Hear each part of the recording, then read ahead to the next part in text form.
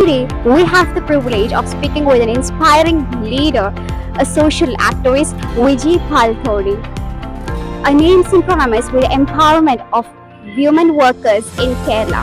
Born in 1968, Vijay is a founder of Ashagandhara Meghala Toilali Unit, an organization that advocates for the rights of women working in unorganized sectors.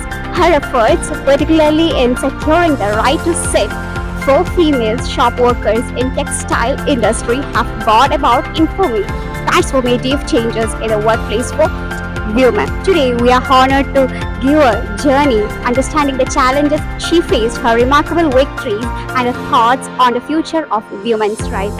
Let's hear from Vijay Palthodi herself as I explore her tireless dedication to empowering women and fighting for justice.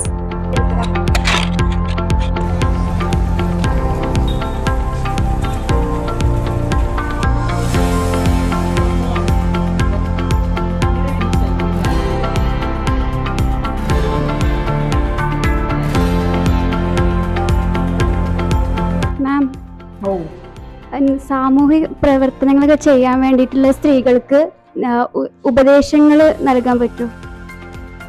സാമൂഹ്യ പ്രവർത്തനം ചെയ്യാനായിട്ട് ഉപദേശങ്ങൾ നൽകാനാകും.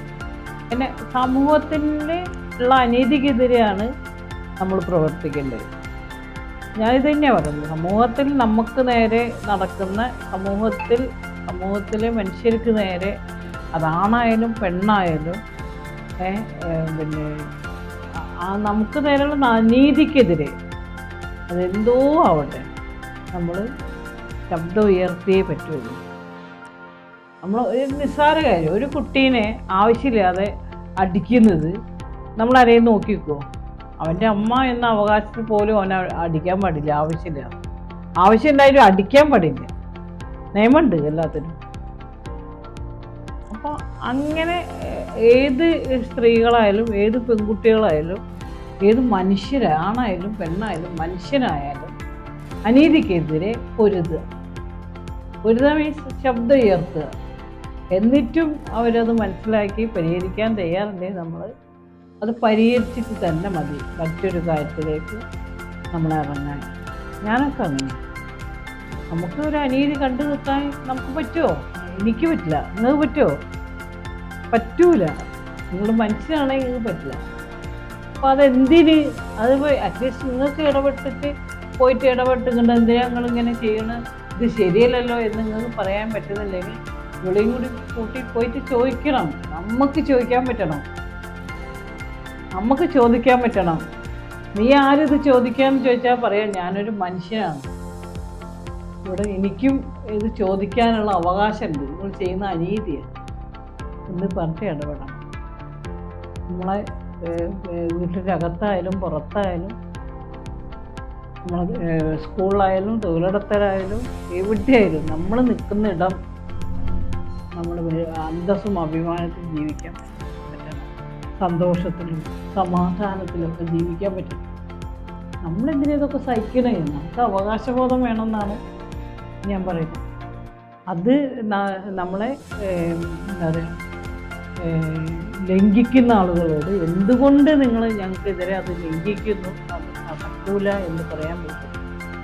ആ പ്രവർത്തനമായിരിക്കണം മനുഷ്യാവകാശ പ്രവർത്തനമായിരിക്കണം സാമൂഹ്യ പ്രവർത്തനം. അത് ഏറ്റവും കൂടുതൽ നമ്മൾ സ്ത്രീകളുടെ ഇടയിൽ വർക്ക് ചെയ്യാനുള്ള കാരണം ഏറ്റവും കൂടുതൽ അടിച്ചമർത്തപ്പെടുന്നത് സ്ത്രീകളാണ്, കുട്ടികളും സ്ത്രീകളും ഒക്കെ. അത് പിന്നെ അങ്ങനെ പാർശ്വവൽക്കരിക്കപ്പെടുന്ന ജനങ്ങളുടെ ഇടയിലാണ് ഈ തരത്തിൽ അടിച്ചമർത്തപ്പെടുന്ന ആൾക്കാരുടെ ഇടയിലാണ് ഈ തരത്തിൽ അനീതി നടക്കുന്നത്. അതിനെതിരെ ശബ്ദം ഉയർത്തണം. അത് നമ്മൾ ആണായാലും പെണ്ണായാലും ഉയർത്തണം എന്നാണ് വിജയശ്രീ പറയുന്നത്. ഈ പെൺകൂട്ട് എന്ന സംഘടന ഈ മിഠായിത്തെരുവിൽ മാത്രം ഒതുങ്ങി നിൽക്കുന്നതാണ്? അല്ല, പെൺകൂട്ട് എന്ന സംഘടന രൂപീകരിക്കുന്നത് മൂത്രപ്പുരയ്ക്ക് വേണ്ടിയിട്ടാണ്. അതായത് ആരുമില്ല ഈ പ്രശ്നം മനസ്സിലാക്കാനും ഞങ്ങളിത് പോയി പറയുമ്പം അതൊരു പ്രശ്നമായിട്ട് കാണാനും ഇവിടെയുള്ള നിലനിൽക്കുന്ന മുഖ്യധാര രാഷ്ട്രീയ പാർട്ടീൻ്റെ ട്രേഡ് യൂണിയന്മാർക്ക് പോലും പറ്റുന്നില്ല. കാരണം അത് ഓരോ കുറ്റമല്ല, ഓരാണ് ഇന്ന് ഇതിൻ്റെ തലപ്പത്തിരിക്കുന്ന മുഴുവൻ പുരുഷന്മാരാണ്. ഈ പുരുഷന്മാരോട് നമ്മൾ പോയിട്ട് ഞങ്ങൾക്ക് മൂത്രമൊഴിക്കാൻ ബുദ്ധിമുട്ടുണ്ട് എന്ന് പറഞ്ഞാൽ അവർക്ക് നിസ്സാരവൽക്കരിച്ചിട്ടേക്കാം, നിസ്സാരമായിട്ടേക്കാം. മൂത്രമൊഴിച്ചില്ലേ ഇപ്പം എന്താന്നുള്ള രീതിയിലാണ്. കാരണം അവർക്കത് ബുദ്ധിമുട്ടില്ല, അവർക്കൊരു മതിൽ മതി. നമ്മളെ സംബന്ധിച്ചിടത്തോളം അതാണോ? നമുക്ക് മാസക്കുളി എന്നൊരു പ്രശ്നമില്ലേ? ഇത് മനസ്സിലാക്കണം. ഈ നിലനിൽക്കുന്ന ട്രേഡ് യൂണിയൻ്റെ തലപ്പത്തൊക്കെ സ്ത്രീകൾ വരണം. നമ്മൾ പോയിട്ട് നമ്മളെ പ്രശ്നം ഇവിടെ ഞങ്ങൾ ഈ പെൺകൂട്ടരെ ഉപയോഗിച്ച മൂത്രപ്പുര സമരത്തിനാണ്. ആ സമരം വിജയിച്ച് ടോയ്ലറ്റ് സംവിധാനങ്ങളൊക്കെ ഇഷ്ടംപോലെ വന്നിട്ടുണ്ട്. കേരള ഒട്ടുക്കും ലോകമൊട്ടുക്കും ഇത് ചർച്ചയാവുകയും ചെയ്തതിന് ശേഷം ഞങ്ങൾ അതിനൊന്നല്ല ചെയ്തത്. ഞങ്ങൾക്ക് മിഠായിത്തരൽ ഇത്രയും 3000-ലേറെ തൊഴിലാളി സ്ത്രീകൾക്ക് ടോയ്ലറ്റ് സംവിധാനം വേണം. അതിനു വേണ്ടിയിട്ട് സമരം ചെയ്യാൻ ഉപയോഗിച്ചാണ് പെൺകൂട്ട്. ആ സമരം വിജയിക്കുകയും ഇതൊരു ആവശ്യമാണെന്ന് സമൂഹം തിരിച്ചറിയുകയും പിന്നീട് ഓരോ കൊല്ലവും ടോയ്ലറ്റ് ഓരോന്നോരോന്ന് കൂടി വരികയും ബിൽഡിങ്ങുകളിലൊക്കെ തന്നെ ടോയ്ലറ്റ് ഉണ്ടാവുകയൊക്കെ ചെയ്താൽ ഞങ്ങൾക്കിത് മടക്കിപ്പൂട്ടി വീട്ടിൽ പോയി ഇരിക്കാം. പക്ഷെ അത് ഞങ്ങൾക്ക് പറ്റിയില്ല. കാരണം പിന്നീട് ഞാനിവിടെ ടൈലർ ഷോപ്പിൽ ടൈലറിങ്ങിന് വരുമ്പോൾ ഇവിടെ ഓരോ തൊഴിലാളി സ്ത്രീകളും വരിക, ഞങ്ങൾക്ക് ഇരിക്കാൻ പറ്റുന്നില്ല, ഞങ്ങൾക്ക് ശമ്പളം കിട്ടുന്നില്ല, ഞങ്ങളെ പണിയിൽ നിന്ന് പുറത്താക്കി, ഞങ്ങളൊരു കാരണമില്ലാതെ ഷോപ്പിൽ നിന്ന് പുറത്താക്കി, ഞങ്ങൾക്ക് അവധിയില്ല, ഞങ്ങൾക്ക് മിനിമം വേതനം കിട്ടുന്നില്ല, ഇങ്ങനെയൊക്കെ പറഞ്ഞ് ഓരോ സ്ത്രീ തൊഴിലാളികളും ഇങ്ങോട്ട് കയറി വരിക. അപ്പം ഞങ്ങൾക്ക് അത് ശരി, അപ്പം ഇതൊക്കെ ഇവിടെ നടന്നിട്ട് ഇത്രയും കാലം ഈ മൂത്രപ്പുര സമരത്തിന് വേണ്ടി രൂപീകരിച്ച പെൺകൂട്ടില്ലെങ്കിൽ നിങ്ങൾ ആരെടുത്ത് പോയി പറയൂല. ഞങ്ങൾ സഹിക്കും, കിട്ടുന്ന പൈസ വാങ്ങി ജീവിക്കും, ഞങ്ങൾ പറഞ്ഞിട്ട് കാര്യമില്ല, അതൊരു പ്രശ്നം, ഞങ്ങളെ പ്രശ്നം ഒരു പ്രശ്നമായിട്ട് അവർക്ക് ഫീൽ ചെയ്യുന്നില്ല എന്ന് പറയും.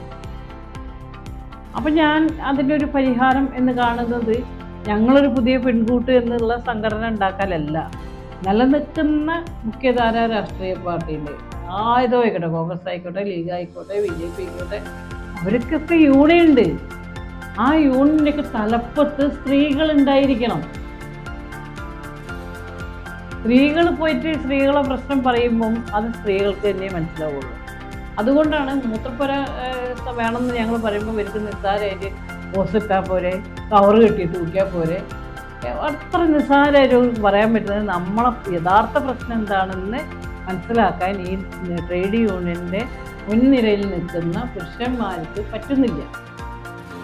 ആ മുൻനിരയിൽ സ്ത്രീകൾ വരണം, സ്ത്രീകളെ കൊണ്ട് ഇരുത്തണം, എന്നാൽ പരിഹരിക്കാൻ പറ്റും. എന്നാലേ സ്ത്രീകളെ പ്രശ്നങ്ങൾ ഇന്നലെ ഞാൻ ആരോ ചോദിച്ചത്, സ്ത്രീകളെ പ്രശ്നം സ്ത്രീകൾക്ക് മാത്രം പരിഹരിക്കാൻ പറ്റുള്ളൂ, എന്താ പുരുഷനെ കൂടി കൂട്ടി പരിഹരിക്കാലോ? ആയിക്കോട്ടെ, മനുഷ്യൻ്റെ പ്രശ്നം മനുഷ്യന്മാർ പരിഹരിക്കണം. പക്ഷെ അവിടെ മനുഷ്യർ 2 വിഭാഗമുണ്ട്, 2 അല്ല കേട്ടോ, ട്രാൻസ്ജെൻഡേഴ്സും ഉണ്ട്. അവരെയൊക്കെ പ്രശ്നങ്ങൾ മനസ്സിലാക്കാൻ പറ്റുന്ന ആളുകൾ തലപ്പത്തിരിക്കണം. സ്ത്രീകളാണ് കൂടുതൽ, സ്ത്രീകൾക്ക് ഉള്ള പ്രശ്നങ്ങൾ കേൾക്കാൻ സ്ത്രീകൾ ഉണ്ടായിരിക്കണം രാഷ്ട്രീയ പാർട്ടിൻ്റെ മുന്നിൽ.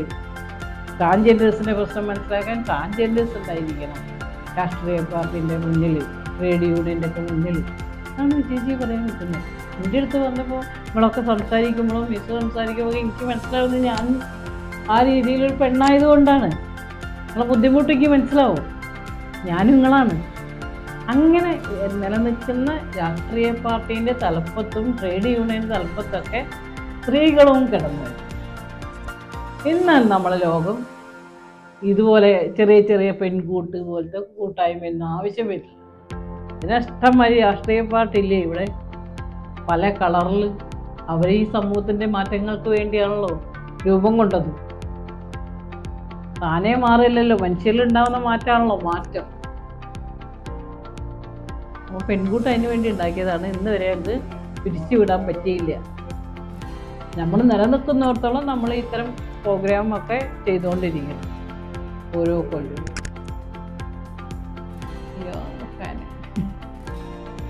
മനസ്സിലാവുണ്ടോ മക്കളെ പറയുന്നത്?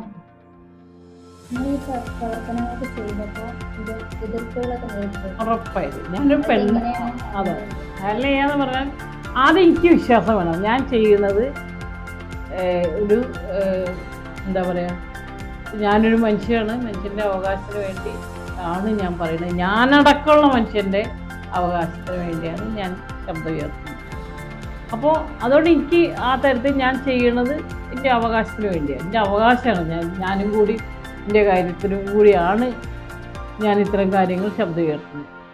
അപ്പം എൻ്റെ ഭർത്താവ് പ്രശ്നം ഉണ്ടാക്കും, എൻ്റെ ആങ്ങളെ പ്രശ്നം ഉണ്ടാക്കും, എൻ്റെ കുടുംബം പ്രശ്നം ഉണ്ടാക്കും. ഞാൻ ഓരെയും പറഞ്ഞ് മനസ്സിലാക്കാനും ഓരോടും തിരിച്ചറിഞ്ഞോളണം എന്ന് പറയാനുള്ള അവകാശം എനിക്ക് പറയേണ്ടി വരും.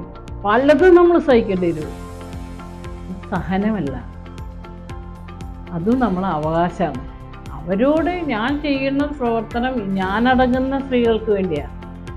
അല്ലാതെ ഞാൻ വേറെ നിന്നിട്ട് എനിക്ക് ഞാൻ വലിയ മേലെ പിന്നെ എന്താ പറയുക, കൊട്ടാരത്തിൽ ജീവിച്ച് ഊഞ്ഞാലാടിയിരിക്കുമ്പോൾ ഞാൻ അവിടെ ആർക്കോ അടിമ പെണ്ണുങ്ങൾക്ക് കൊണ്ട് ഞാൻ എന്തോ പറയല്ല, ഞാനടങ്ങുന്ന സ്ത്രീകൾക്ക് വേണ്ടി, ഞാനടങ്ങുന്ന അടിമ പെണ്ണുങ്ങൾക്ക് വേണ്ടി ആണ് ഞാൻ പറയുന്നത്. അപ്പോൾ അവർ ഏത് തരത്തിൽ എതിർക്കാൻ വന്നാലും, ഏത് തരത്തിൽ നമ്മളെ ഫൈറ്റ് ചെയ്യാൻ വന്നാലും, നമ്മളോട് പാര വയ്ക്കാൻ വന്നാലും നമുക്ക് പരിഹരിക്കാൻ പറ്റും. നിസ്സാരമായിട്ട് നമുക്ക് ബോധമുണ്ട് നമ്മൾ ചെയ്യുന്നത് നമുക്ക് വേണ്ടിയാണ്. ഞാൻ ചെയ്യുന്നത് ഞാൻ അടങ്ങുന്ന പെണ്ണുങ്ങൾക്ക് വേണ്ടിയാണ്.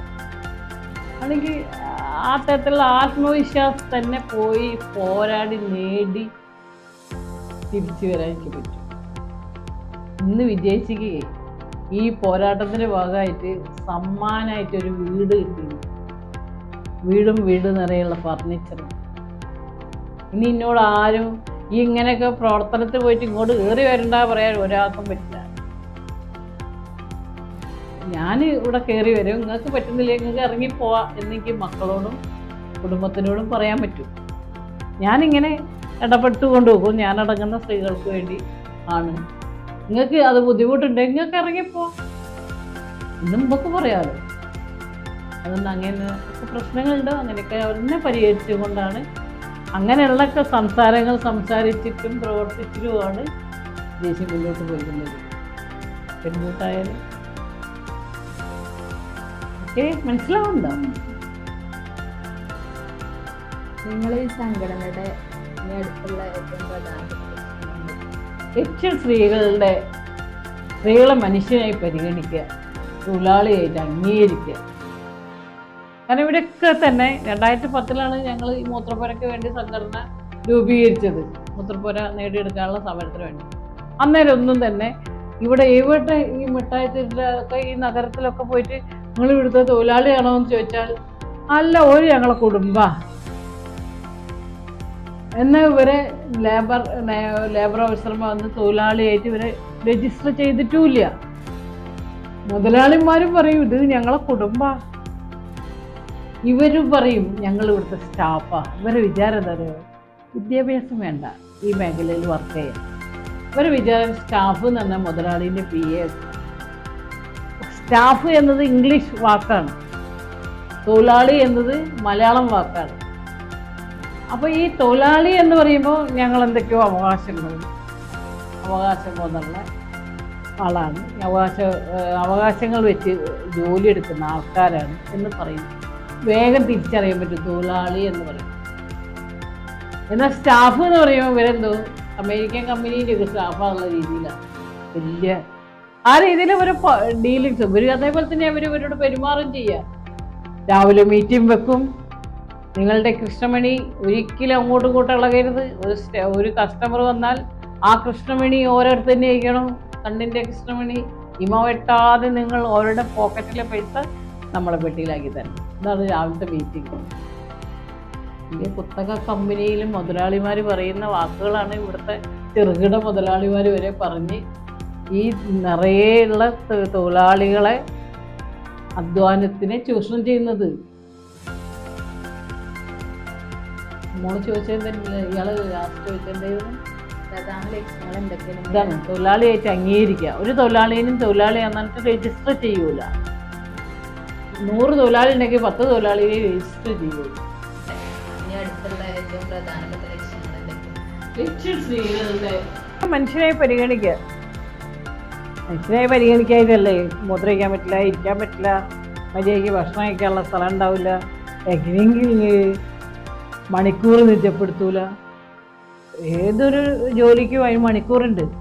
9:30 മുതൽ 7 മണി വരെ ആണ് പറയുമ്പം 8 മണിക്കൂർ ജോലി, 8 മണിക്കൂർ വിനോദം, 8 മണിക്കൂർ വിശ്രമം തൊഴിലാളികളുടെ അജണ്ടയിൽ ഇതാണ്. പക്ഷെ 8 മണിക്കൂർ ഒന്നല്ല, 10ഉം 11 മണിക്കൂർ ഒരേ നിൽക്കുകയാണ്. അപ്പം മണിക്കൂർ നിജപ്പെടുത്തുക. 8 മണിക്കൂർ ട്രാഫിക് പോലീസ് ഇരിക്കുന്നുണ്ടോയെന്ന് ചോദിക്കുമ്പോൾ ട്രാഫിക് പോലീസിന് 4 മണിക്കൂറേ നിൽക്കണ്ടുള്ളൂ. 4 അവർക്ക് ഒന്ന് ഇരിക്കണം തോന്നിയാലൊക്കെ അവർ കണ്ടം കൊത്തുന്നവർക്ക് ഇരിക്കാമല്ലോ. കണ്ടം കൊത്തുക എന്ന് പറഞ്ഞാൽ മനസ്സിലായോ? ഈ തൊടിയിലൊക്കെ കൈക്കോട്ട് അങ്ങനെയൊക്കെയാണ് ന്യായീകരിച്ച് ചോദിക്കുന്നത് ഈ പുരുഷാധിപത്യ ലോകം.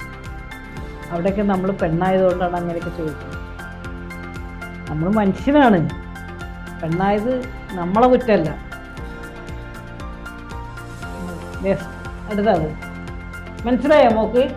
എന്താണ് മനസ്സിലായത് പറയോ? തൊഴിലാളിയായിട്ടേക്ക്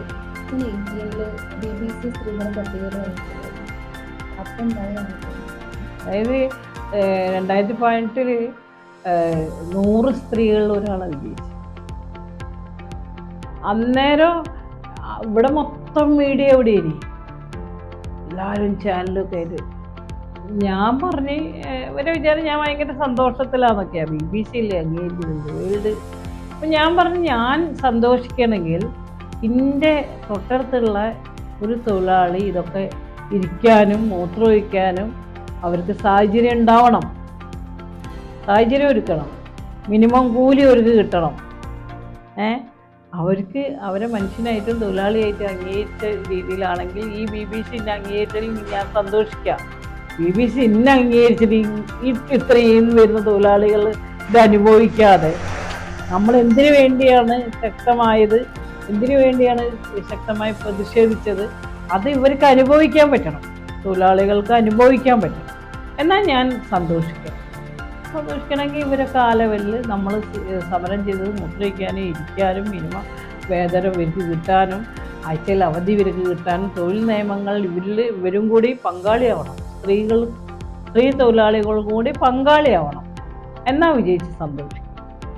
പിന്നെ വ്യാപാരി വ്യവസായ സമിതിക്കാരും വ്യാപാരി വ്യവസായ ഏകോപന സമിതിക്കാരൊക്കെ ആദരിച്ചു. പിന്നെ ഇതേപോലെ മൊമെൻ്റൊക്കെ തന്നു. ഞാൻ ഈ മൊമെൻ്റോ വാങ്ങിയിട്ട് പഠിച്ചിട്ട് പറഞ്ഞു എനിക്ക് മൊമെൻ്റോ തന്നുകൊണ്ട് ഒരു കാര്യമില്ല. നിങ്ങളെ സ്ഥാപനത്തിലെ തൊഴിലാളികളെ അല്ലെങ്കിൽ തൊഴിലാളി സ്ത്രീകളെ മനുഷ്യനായിട്ട് പരിഗണിക്കൂ, തൊഴിലാളിയായിട്ട് അംഗീകരിക്കൂ, അവർക്ക് മൂത്രമൊഴിക്കാനുള്ള സംവിധാനം ഉണ്ടാക്കൂ, അവർക്ക് ഇടവേളകളിൽ ഇരിക്കാനുള്ള അനുവാദം കൊടുക്കൂ, അവർക്ക് ഇത് പിടിച്ചുകൊണ്ടാണ് മിനിമം വേതനം കൊടുക്കൂ, അവർക്ക് മണിക്കൂർ നിജപ്പെടുത്തൂ എന്നൊക്കെ ഞാൻ ഉറക്കെ വിളിച്ച് പറയുന്നത്. BBC ഇവർ പിന്നെ ആദരിച്ചിട്ട് എന്താ കാര്യം?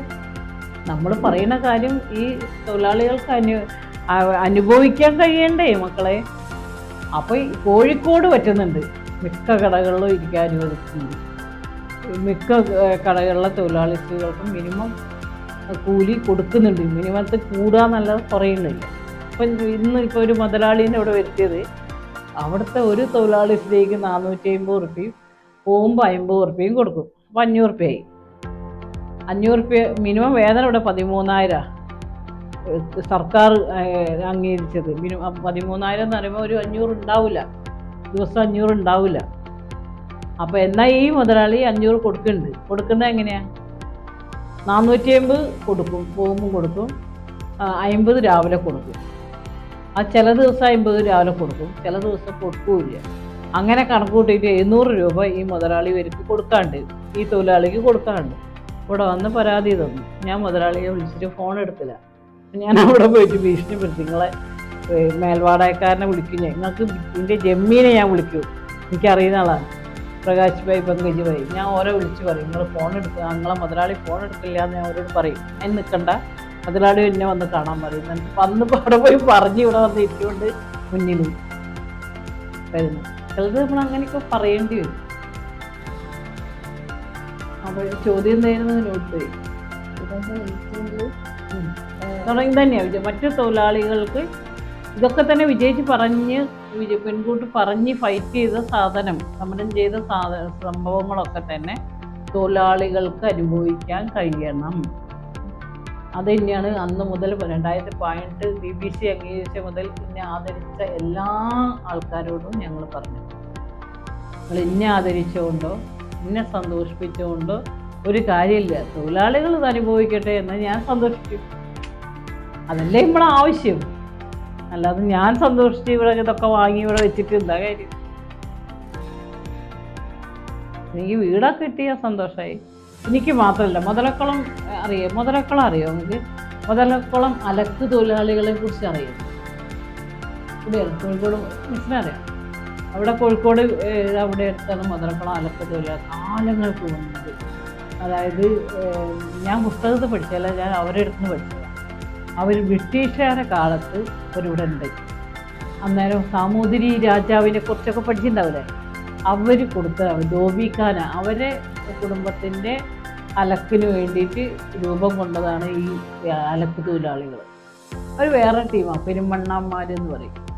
അങ്ങനെ അവർ അന്ന് സാമൂതിരി രാജാവ് കൊടുത്ത ധോബിഖാന എന്ന് പറഞ്ഞിട്ട് ഈ മുതലക്കുളം എത്രയോ സ്ഥലം ഉണ്ടായിരുന്നു ഏക്കറിനിട്ട്. അതിങ്ങനെ ഓരോരുത്തർ കയ്യിലാക്കി പോസ്റ്റ് ഓഫീസുകാർ, ഒരു പോലീസുകാർ എന്നൊക്കെ പറഞ്ഞ് ഇപ്പോൾ വളരെ കുറച്ച് സ്ഥലമുള്ളൂ. അവർ ഇന്നെ വന്ന് കണ്ടിരുന്നു, വിജയിച്ച് ഞങ്ങളെ സഹായിക്കുന്നു, ഞങ്ങളെ അവിടുന്ന് പുറത്താക്കാനുള്ള പരിപാടിയാണ്. അപ്പം ഞാൻ അതെങ്ങനെ ഞങ്ങൾ ഞാൻ ജനിക്കുന്നതിൻ്റെ, എൻ്റെ അമ്മ ജനിക്കുന്നതിൻ്റെ, അമ്മമ്മ ജനിക്കുന്നതിൻ്റെ ഒക്കെ മുന്നേ ഉള്ളതാ ഊരവിടെ. അപ്പം നിങ്ങളെങ്ങനെയാണ് ഒരു പുറത്താക്കുക? ആര് പുറത്താക്കുക? കോർപ്പറേഷൻ. അതെങ്ങനെയാണ് കോർപ്പറേഷൻ പുറത്താക്കുക? അമ്മക്ക് ഒന്നില്ലേ ഞങ്ങളെ ജീവിക്കാൻ അനുവദിക്കുക, അല്ലെങ്കിൽ ഞങ്ങളെ കൊല്ലുക എന്നിട്ട് കോർപ്പറേഷൻ ഉപയോഗിക്കുക. കൊല്ലട്ടെ, ജനം അറിയട്ടെ. വെറുതെ ഞങ്ങളൊരു ഫൈറ്റൊക്കെ നടത്തി. ഇപ്പോൾ അതെന്തായാലും ഒരു കാലങ്ങൾ കുറേ ആൾക്കാരുണ്ട്. ഇനി ഇപ്പം 30 ആളൊക്കെ, 300-500 ഉള്ള ആൾക്കാർ ഇപ്പം 30 ആളുകളും. പിന്നെ ആ തൊഴിലിലേക്ക് തലമുറ ഇല്ല. അവരെ മക്കളൊന്നും തന്നെ ഇപ്പോൾ അവിടെ അലക്ക് ജോലി ചെയ്യുന്ന ആൾക്കാരെ മക്കളൊന്നും തന്നെ അലക്ക് ജോലിയിലേക്ക് വരുന്നില്ല. അറിയാലോ, ആശാരിമാരെ മക്കൾ ആശാരിപ്പണി എടുക്കുന്നില്ല, അലക്കാരെ മക്കൾ അലക്കപ്പണി എടുക്കുന്നില്ല. എന്തിനു പറയാം, നമ്മൾ തയ്യൽ തൊഴിലാളി മക്കൾ തയ്യൽ ജോലി പഠിക്കുന്നില്ല. പണ്ടൊക്കെ അതൊക്കെ ഉണ്ടേനി. ഡ്രൈവറെ മക്കൾ ഡ്രൈവിംഗ് പഠിക്കും. ഇന്ന് അതില്ല, കുലത്തൊഴിലില്ല. നിങ്ങളൊക്കെ അച്ഛനും അമ്മയും ചോദിക്കുകയാണെങ്കിൽ വേറെ എന്തെങ്കിലും തൊഴിലേക്ക് ഓരോ തൊഴിലേക്ക് കൊണ്ടുപോയിട്ടുണ്ടാവില്ല. അപ്പോൾ അങ്ങനത്തെ ഒരു കാലമാണ് ഇപ്പോൾ. എന്തായാലും അവർ അവിടെയുള്ള ഈ 30 ഇപ്പോൾ 25-22 ആളായി. അത് അവർ കഴിഞ്ഞാൽ കോർപ്പറേഷൻ കൊണ്ടുപോകാൻ സ്ഥലം. കോർപ്പറേഷനാണ് ഇപ്പോൾ നികുതിയൊക്കെ വെക്കുന്നത്. അപ്പോൾ അവരുടെ ഇടയിൽ ഞങ്ങൾ പിന്നെ ഇതേപോലെ അവർക്കും ജീവിക്കണമല്ലോ, മനുഷ്യനല്ലോ. അവരെ ഉപജീവന മാർഗം മുടക്കരുത് എന്ന് പറഞ്ഞ് കോർപ്പറേഷനിൽ പോയിട്ട് ഫൈറ്റ് ചെയ്ത് കോർപ്പറേഷൻ ഞങ്ങൾക്ക് നോട്ടീസ് തന്നു. അവർ ഉള്ളിടത്തോളം ജീവിച്ചോട്ടെ, ഇനി അവരെ തലമുറ ഇല്ലല്ലോ, അത് കഴിഞ്ഞാൽ കോർപ്പറേഷൻ തട്ടി തീരുമാനമാണ്. അല്ല, അത് വിജയിച്ച് എനിക്ക് ഈ ആക്സിഡൻറ്റിന് ശേഷം പറഞ്ഞു കൊണ്ടുവരുന്നത് മറന്നുകൊണ്ട്. എനിക്കൊരു ആക്സിഡൻ്റ് ഉണ്ടായി മുതലക്കുളത്ത് നിന്ന്. ഞാൻ 2 വീലർ ഓട്ട് ചെയ്തിരുന്നു. ഈ സമയത്തൊക്കെ ഞാൻ ഓട്ട് ചെയ്യുന്നത് 2020 കൊറോണ സമയത്ത് എനിക്കൊരു ആക്സിഡൻ്റ് ആയി. അതോടുകൂടി പറഞ്ഞു ബോധം തലയ്ക്കാൻ പറ്റി. അപ്പോൾ ഇത് വന്ന് ഞരമ്പിൽ ബ്ലഡ് കോട്ടായി. അതിൻ്റെ ഭാഗമായിട്ടൊക്കെയാണ് ഇതൊക്കെ ഉണ്ടാവുന്നത്, സ്ട്രോക്കും കാര്യങ്ങളും ഒക്കെ. അതോടെ പോയിട്ടുണ്ട്. ഭയങ്കരമായിട്ട് ഡയലോ അടിക്കും ഉള്ളിൽ ഭയങ്കര. ആ സംഭവം ഒന്നും നഷ്ടപ്പെട്ടില്ല. എന്നാൽ പറഞ്ഞത് പിന്നെ ഓർമ്മ കിട്ടൂല, എന്തായിരുന്നു എവിടെയായിരുന്നു. അപ്പോൾ അത് ഞാൻ മുതലക്കുളങ്ങളോട് പറയാനുള്ള കാരണം BBC പട്ടിക വന്ന് മനുഷ്യരായിട്ട് വേണ്ടി തൊഴിലാളിയായിട്ട് അംഗീകരിക്കുക എന്നുള്ള ലക്ഷ്യം. പക്ഷെ പിന്നെ ഇത് മുതലക്കുളങ്ങളോട് പറയാനുള്ള കാരണം വീട് കിട്ടിയത്. അങ്ങനെ വീട് കിട്ടിയത് ഭയങ്കര സന്തോഷം. അതല്ലാതെ അതിൻ്റെ ഓർമ്മ പറയാനുള്ള മുതലക്കുളം പറയാനുള്ള കാരണം വീടുമായി ബന്ധപ്പെട്ട്. അതെ യെസ്, മിസ് പറഞ്ഞ കറക്റ്റാണ്. കാരണം എനിക്ക് മാത്രമല്ല, അന്നൊക്കെ എന്നോട് പലരും, ഞാൻ ഈ സാമൂഹിക പ്രവർത്തനം നടന്നത് കണ്ടപ്പോൾ പലരും എന്നോട് ചോദിച്ചിട്ടുണ്ട് വീട് തരട്ടെ, വീടിലെ വാടക വീട് ഇനി.